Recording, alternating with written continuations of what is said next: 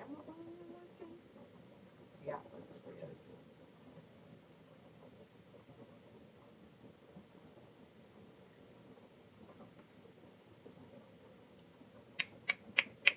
is just U-turn. Your Steph is heavy.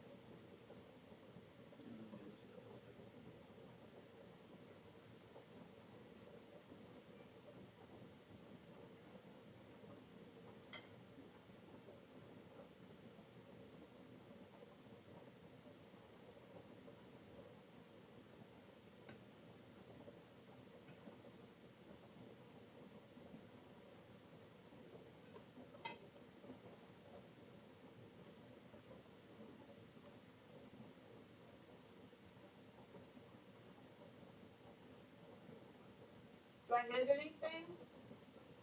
I forgot.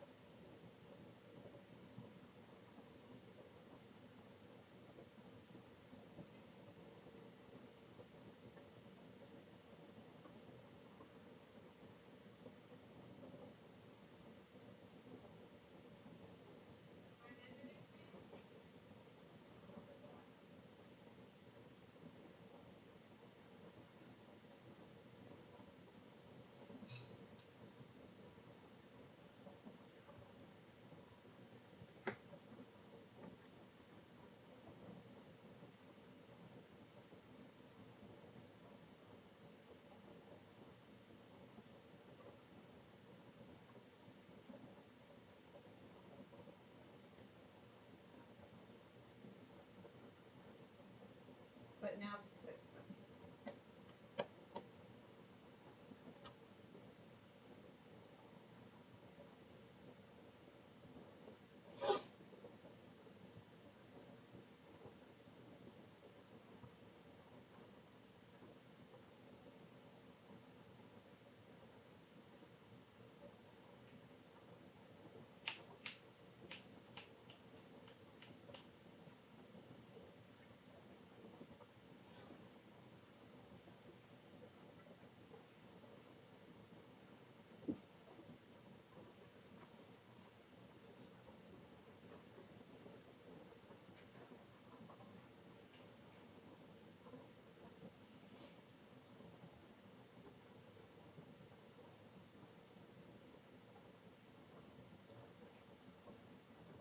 hi. Is there sound? Y'all probably heard some sound. Hello. Happy Monday. Hi, friends.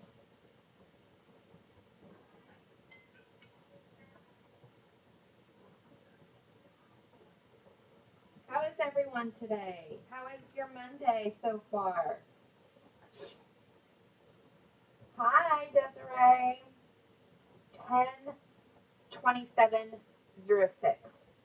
That sounds like an important date. Yes.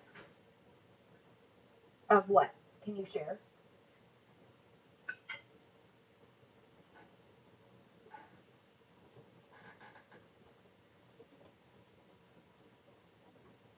Mm. I'm eating a not easy thing to be eating while I'm doing this. Hello.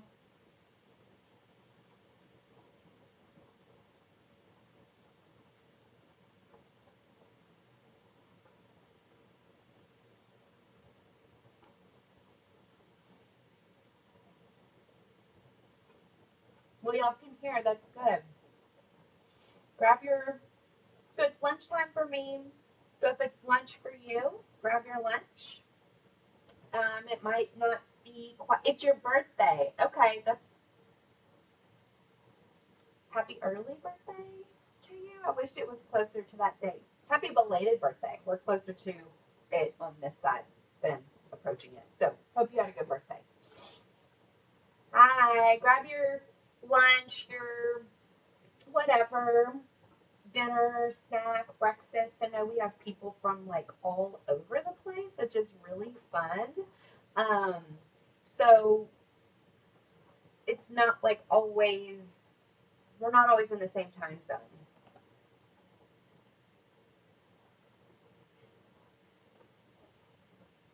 For anyone who's never joined us on a live before, I'm Dr. Stephanie Waite. I'm a therapist and a certified eating disorder specialist. And every Monday, I go live with y'all and we hang out. I answer questions. I um, chat. So, what are we talking about today? What questions does anybody have?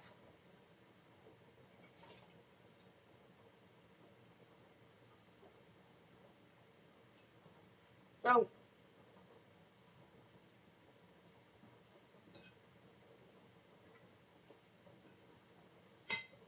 my partner helped produce this show, or this, I don't know what it's called.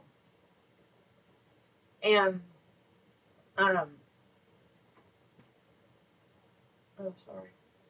Ooh, I just made something weird happen on the screen. I shouldn't be touching things, but there's a comment section, and I lost the comment section. So if anybody's asking me a question right now, I can't see it. It hasn't come through yet. Now it is. Um, there's like a delay sometimes, so I apologize.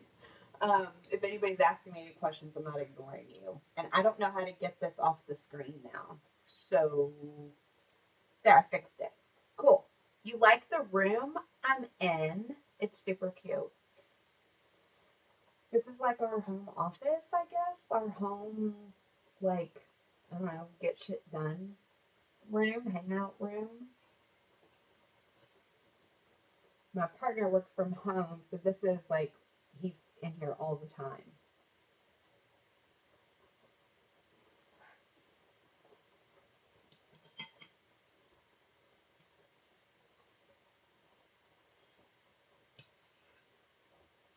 How's everybody feeling today? How's this Monday? It's kind of quiet.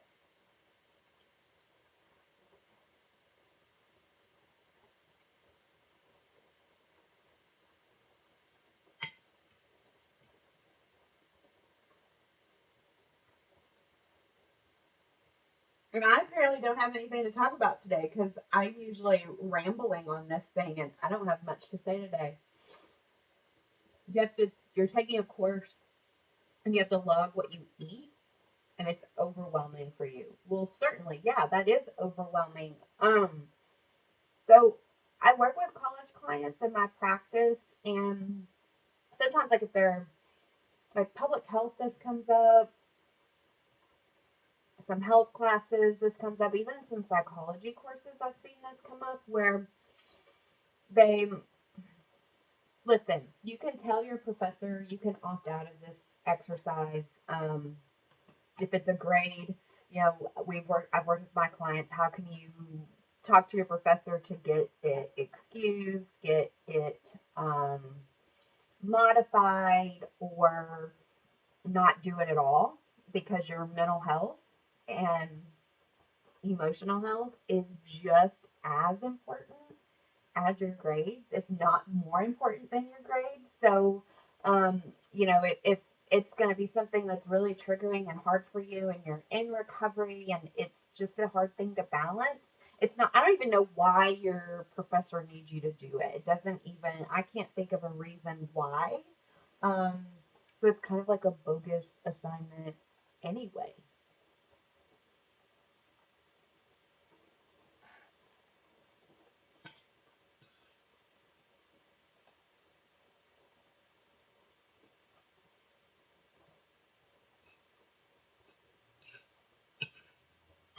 Like, Maddie, I can't. I can't think of any tips to help it be okay for you. Like, it may not be a thing that's okay, you know? And I come from a place of like boundaries, and your boundaries are really important. And so, like, if you're having to do something that's harmful for you, it's okay to set a boundary with that. You don't have to do it. If No, I don't. I'm gonna say I can't think of a reason you would have to do it. Now, I'm not saying it's easy to not do it, and not doing it may not be the option. But if it's harmful for you, you don't have to do it.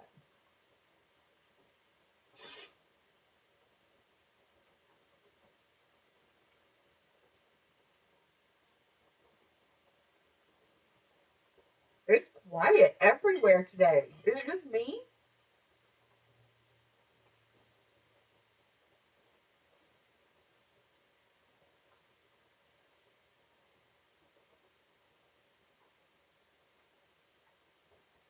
It is a stupid exercise. It doesn't make any sense.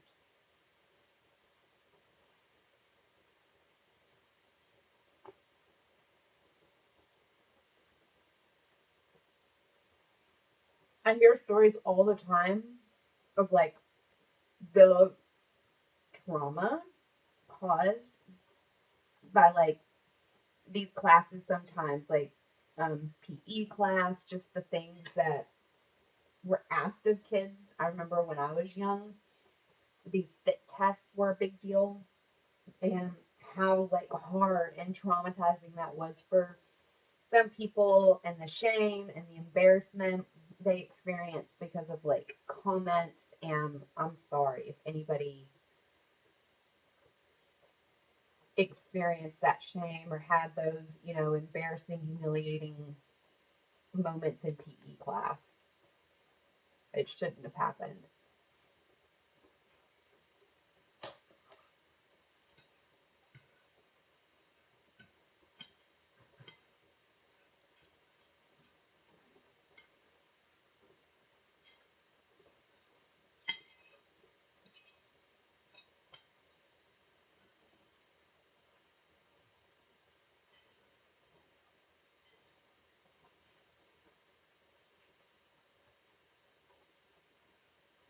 Mm.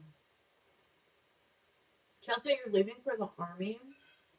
Chelsea, 2003 on TikTok, is leaving for the army. Thank you. Wow. That's amazing. And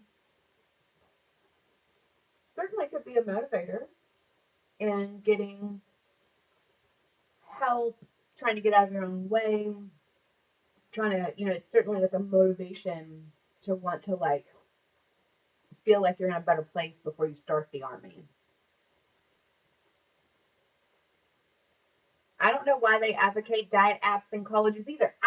So a lot of the cafes have calorie counts on things, and the local college here does. It's so, and if college campuses realized the number of their students that had an eating disorder, I think they would remove those numbers from the CAF. Like, it's not helpful.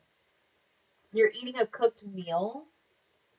Hey, ICA 1982, that's okay. I'll share a little bit from my personal life to maybe like walk with you in this. So, we've had a personal tragedy in my family over the last few weeks, and cooking has not been a priority. Um, it just like affects everything. So, and cooking takes energy, like it really does. And when you're having to prepare meals for yourself every day, multiple days, it can be an exhausting thing. And so sometimes we eat out, or sometimes we eat frozen food, or sometimes, we just take what's been given to us. And so I have not eaten a home cooked meal in many days, and only in the last like day or two have I had the energy to start cooking. So my salad this morning came out of a bag. Um, so not every meal has to be like fresh, or cooked. There's nothing wrong with fresh or cooked meals. Like, it's fine. But also, not every meal has to be that way. Sometimes we just eat what we can when we can. We do the best that we can. Brittany, over a year scale free. It's amazing. Yay. And you had a chicken sub without any guilt because you don't have anything to feel guilty for. So, congratulations. Yay. Yay. Everybody give at Brittany Brokes on TikTok some like high five. Woo, good job. Not seriously, like recovery isn't always as easy as like just stopping a behavior. If it were clearly that easy, right? So many of you wouldn't be struggling. Um, but something with like the scale, Brooke Calmers, you've been scale free since last January and it's made a large difference. Seriously, like just sometimes removing it, getting rid of it, hiding it, throwing it away if you um, can really make a huge difference. Because every time you do a body checking behavior, like weighing yourself, all you're doing is just saying, hey, this is how we manage anxiety. This is how I deal with this anxiety. So whenever you feel anxiety, you run to go try to like do that body checking thing, and it never really like helps you address or manage that anxiety. Um, so to remove the scale, you have to learn a new way to not to manage that anxiety without weighing yourself. And sometimes that just takes like practice and time. So good job, Brooke. You practiced that for a full year and it does make a really big difference. The less you stop, the more you stop, wait, the less you do it, the more the more y'all, I can't find my words. The less you're weighing yourself, the less you feel like you need to do it. That's what I'm trying to say.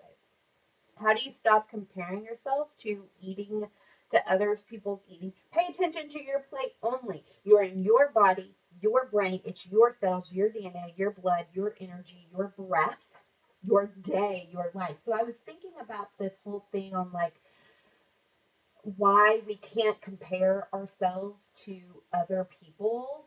They're not walking in your day. Like, I recently had this experience where I had a really bad day. I was really being really hard on myself. I was really judgmental and critical and kind of like comparing myself. I'm really bad about comparing myself to my colleagues because there's so many colleagues doing such amazing things. I'm so proud of them. And so I was like really in my head about that. And then I was like, but you know what? They're not living my life right now. Like they're not doing the things that I'm having to encounter in my day. Like day to day, we all encounter different things and different situations. So we're going to not respond the same. We're not going to need the same thing. And so that is a thing to think about when you're caught in that comparison is how can I just focus on the lane that I'm in, just focus on my plate, focus on my needs, focus on myself. Um, because focusing on what other people's gonna is doing just makes us feel bad.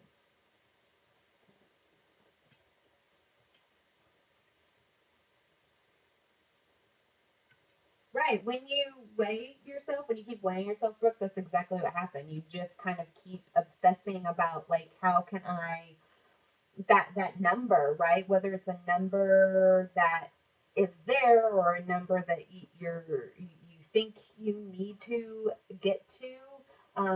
Constantly checking that weight every day doesn't help doesn't help you feel settled in yourself, right? Because then you're just focusing on that number all day. We're wanting to learn how to like be focused and centered in ourselves.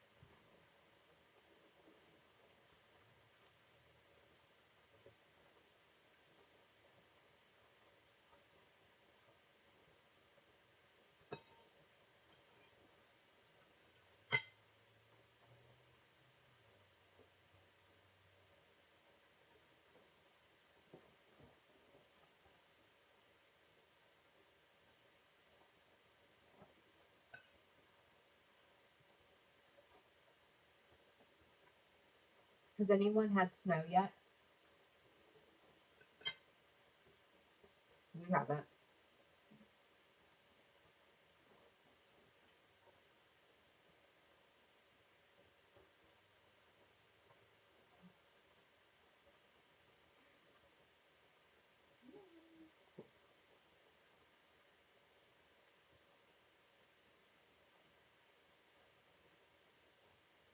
I'm waving because I'm seeing names join.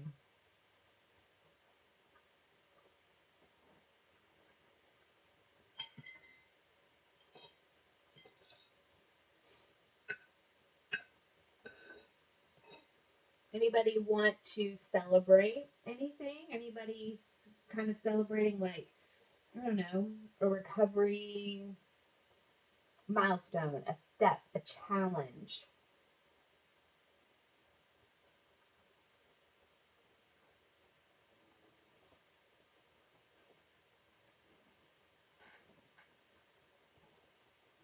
Snow?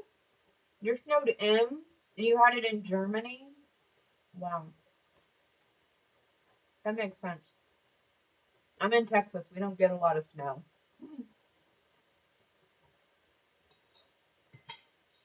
We don't get a lot of anything except like rain and tornadoes. That's what I get a lot of here.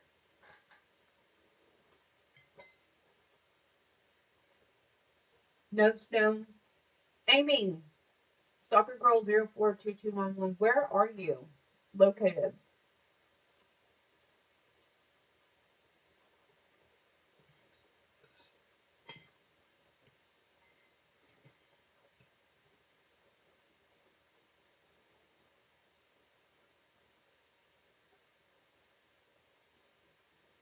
Lucky you, no snow? Yeah, I agree. I lived in Chicago for a few years to work and, well, go to grad school and then work for a little bit. Um, and I hated the snow. I am not cut out. I'm just not cut out to be an ice princess or live anywhere. I'm not an Elsa. Like, I don't want to be in the cold. Soccer Girl, you smashed your scale to pieces and you feel free. It is an amazing feeling. It's cool. Good for you. It feels really good. Yay, Brooke, congratulations. Celebrating you on the improvement in those behaviors. That's amazing. Maybe you're in Vermont. Oh, Elizabeth, freezing rain and ice. Where are you? We get that in Texas. Freezing rain, like sleet, is gross. And hail. We get hail. That's a cool thing that happens here too.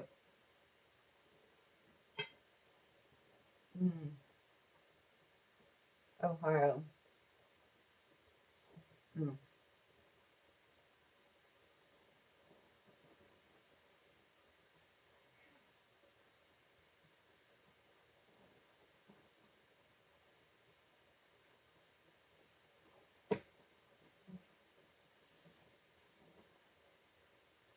Like, are, 1982. Are you in you're Germany or Sweden? I'm gonna get it wrong. You're not here in North America, right?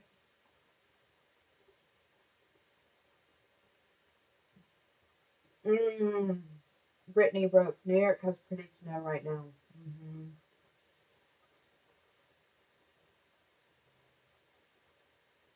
Karen doesn't have any. I'm not used to it yet. So did you just move to a place maybe where there's not a lot of snow? Or maybe you're in a place where there's a lot of snow. I don't know. It was hard for this Texas girl to be in Chicago. It was hard. During the winter only. Like spring and summertime and the fall in that city is the absolute best. Do I have any Chicagoans on here? Like, oh, Chicago is amazing. You're in Sweden. That's right. You don't know why people populated that country. I feel like it's beautiful there. I've not been, but maybe that is why.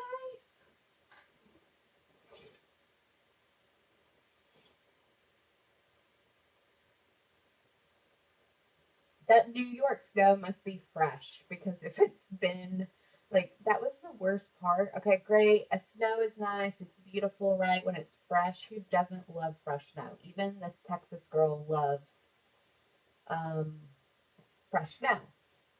It's like that it stays so cold, the snow doesn't go anywhere, and then it becomes like gross, and it just is like you're in a frozen tundra. Karen, you're from Oklahoma? Where?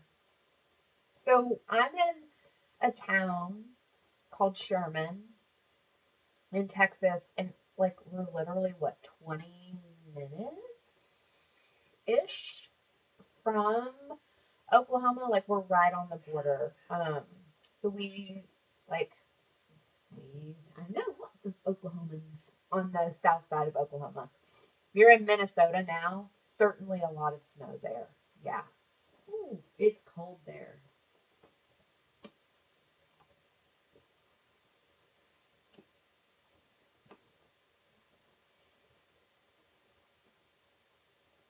We were watching the football game last night, the one in Green Bay, and it looked really cold there. So it's it's it's cold. All you like north midwestern folks. Edmond, okay, Edmond, Oklahoma. Yes, used to visit Sherman. That's really cool. I love a small world. Okay, you have a question. Okay, so exercising is obsessive and it also feels good at the same time. That's the thing that makes exercising really confusing for people in recovery because it can't it, there the what is a health promoting behavior um, that does have a lot of mental emotional benefits to it. The eating disorder loves to take it and obsess about it. And here's the thing with an eating disorder, it makes your brain so like our brain is really good at thinking, and it can think about anything. When we get sick with an eating disorder, the ability to be focused and think about things goes away, gets smaller, and the brain gets really narrowed in what it thinks about. That's why we talk about not wanting to, like, how can we find ways to not follow through on behaviors? Because the more we follow through on behaviors, the more that brain just kind of becomes like narrowed in its worldview. So it, it takes exercise, right, and distorts it and twists it into this bad thing. So I have a course in the Recovery Academy. It's like an hour long, talking about intention in exercise. How can you have intentional, quote unquote, healthy like exercise while in recovery from an eating disorder? It does make you feel better to work out. You might feel calmer afterwards because there is a lot physiologically that happens. How do you not let the eating disorder monster take that intention and make it this unhealthy obsessive thing? I talk about that in this course with journals and worksheets and things, and so you can find that at recovery-academy.com.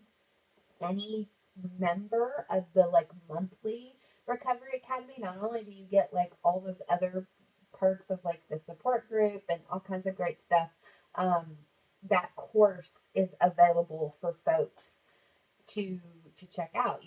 I teach you how to exercise and do recovery at the same time, or not be so obsessive about exercise. Okay, so a lot of us had body changes this past year because of COVID and quarantine. Um, that's okay. It doesn't matter. That's fine. Our bodies our bodies feel, y'all. Like our bodies also experience the emotions that we're experiencing. And so during the pandemic, we felt a lot of feelings, a lot of feelings. And so and we didn't have our normal outlets for like releasing that whatever energy, the connection, right? So we were kind of just like in our feels a lot more. So our bodies were housing and holding on to a lot of that for us. So sometimes that looks like changes in our body shape and size. That's okay. And sometimes body changes have nothing to do with our emotions. Sometimes it has, like, it's nuanced. It's very nuanced. And it's okay if we gain or we lose, or we don't gain or we don't lose. Like, our bodies change. You can expect that for the rest of your life. And so your job is to learn, how do you accept and respect and care for yourself while your body changes and experiences life with you. I also have a course on that in the Recovery Academy.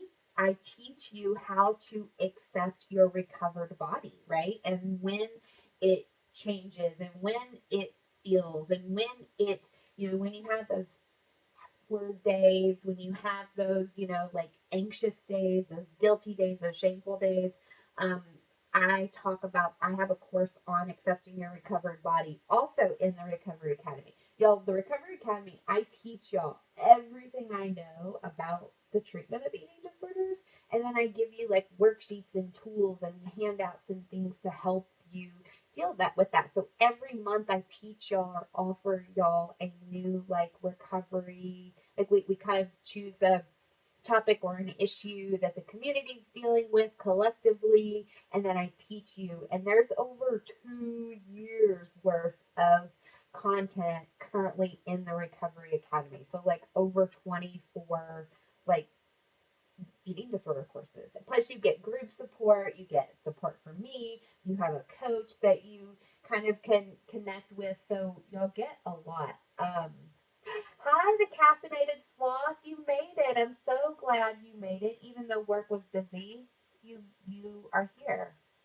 You finished your meal. I did too.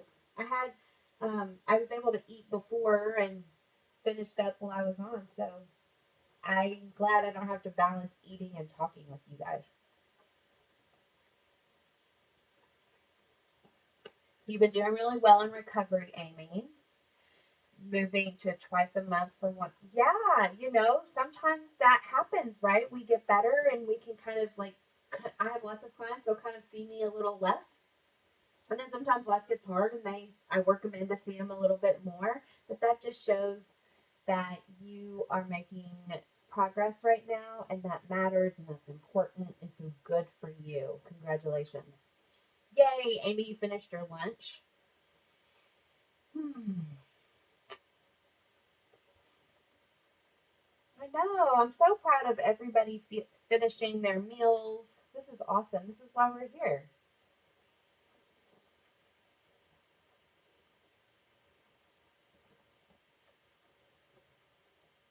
I'm looking at time, and I have group at 1, which is part of that, right? That like Recovery Academy support group.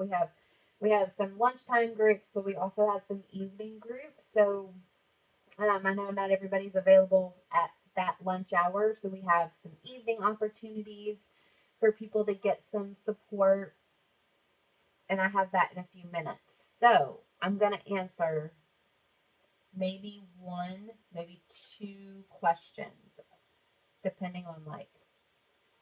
So who has a question?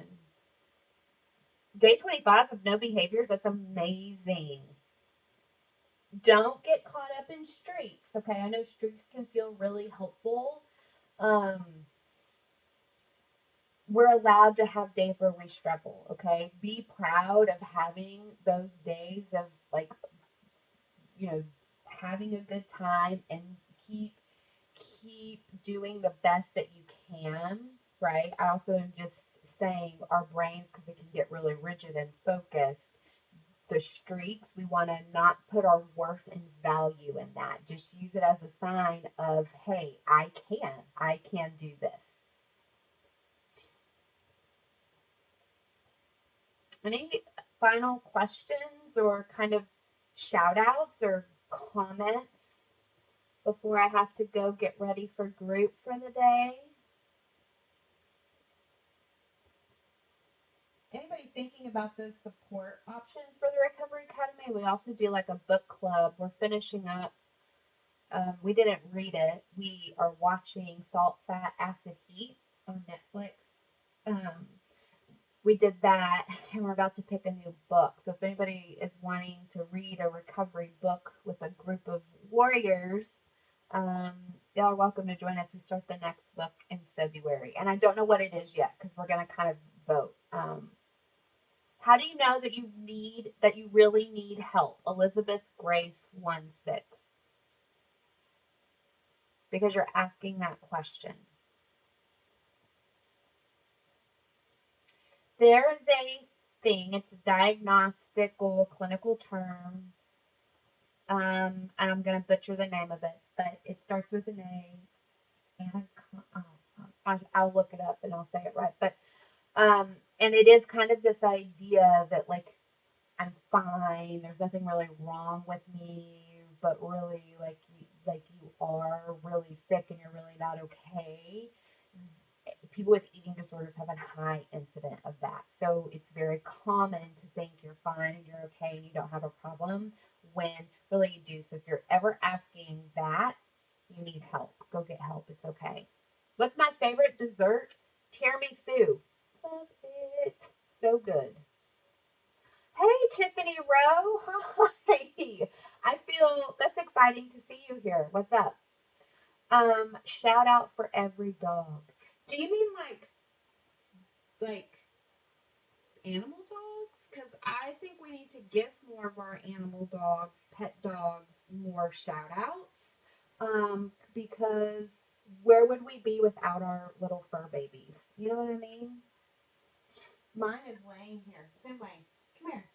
Come say hi. Oh my god. Y'all, this dog.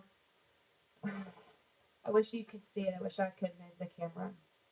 I said, hey, Finway, and he looked up, bothered. And I said, come say hi. And he just like pouted and threw his head down. So, because I have a few minutes and you got me talking about dogs, I'm going to talk about my dog. So, my dog, and they're the best. Um, I have two dogs, but my dog is a golden retriever named Prince Fenway. And his name is very like fitting because he acts like a prince. We were trying to train him to be a therapy dog because they're like the best therapy dogs. And the dog trainer told me that I raised an entitled, narcissistic brat, which it didn't hurt my feelings because it's true.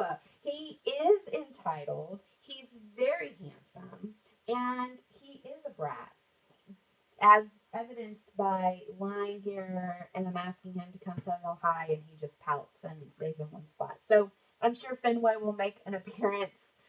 They can have such attitude, but can we talk about how cats have more attitude? For real. And cat people, don't come at me. Y'all know it's true. Cats have a lot of attitude. I want you to have a place where you can have a dog too, Elizabeth. Even just maybe just like a small one. We had a small one because we lived in a small place, and then we got our dog, our golden, I should say. Okay, I always say I only have one or two more questions, and which is true. And then I love talking with y'all so much. I have so much fun that I tend to lose track of time. I still have a few more minutes though. You work with dogs? Are you like a what do you do with dogs? You volunteer and are you like a groomer? Did y'all know there's a new okay, so who is it? Lisa Vanderpump and Rebel Wilson and maybe someone else have a new dog grooming show, competition show that is coming on TV. FYI. You literally bought a house to have a dog. I mean, same. Why wouldn't you? Cats think they are God, while dogs think we are God. You're right. You're right. That's a perfect, concise way to say the difference between dogs and cats, and I think why people like dogs over cats or cats over dogs. So, okay, so Lizzie, last question. What is outpatient treatment? How much is it? What can you expect? How can you talk to your parents about getting that help? So, there's a lot of different ways to answer this question. Outpatient treatment is usually, it means that like you're in your life functioning, you can go to school, you can do your activities, not limited in any way, yet you're struggling. You have, like things aren't okay. You're having a hard time. Things are declining. You don't feel well mentally, emotionally, physically. And so outpatient therapy is you go about once a week, sometimes it's twice a week, about an hour ish, depending on the person. And so that's what you can expect, right? About once a week ish, hour long ish sessions where you're talking a lot about. I think the idea is to try to gain insight and awareness into how you like process and respond to your day, and how much that is totally depends on a lot of different things. The specialist, yeah, bye, caffeinated sloth. We're signing off. I'll see you Monday. Do they take insurance? Where are they located?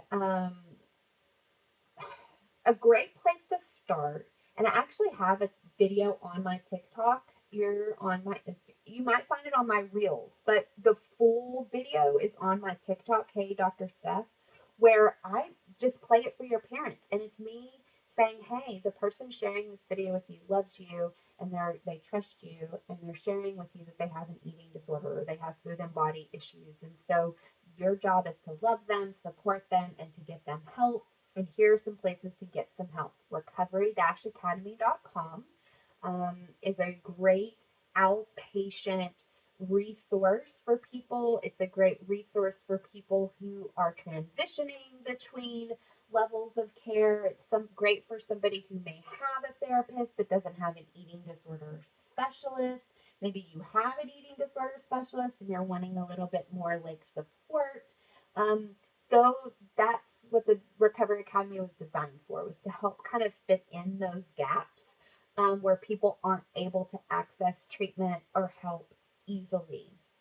So if that's not an option, also Psychology Today is a great place to find eating disorder help, or um, the National Eating Disorder Association's website is a great place to get started too.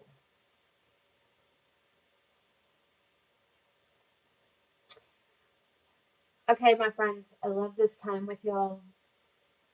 You make my day better, truly. Like, today's been kind of slow around here at our house, and coming on and doing this gives me a little bit of energy. So, thank y'all for your energy today. I needed it.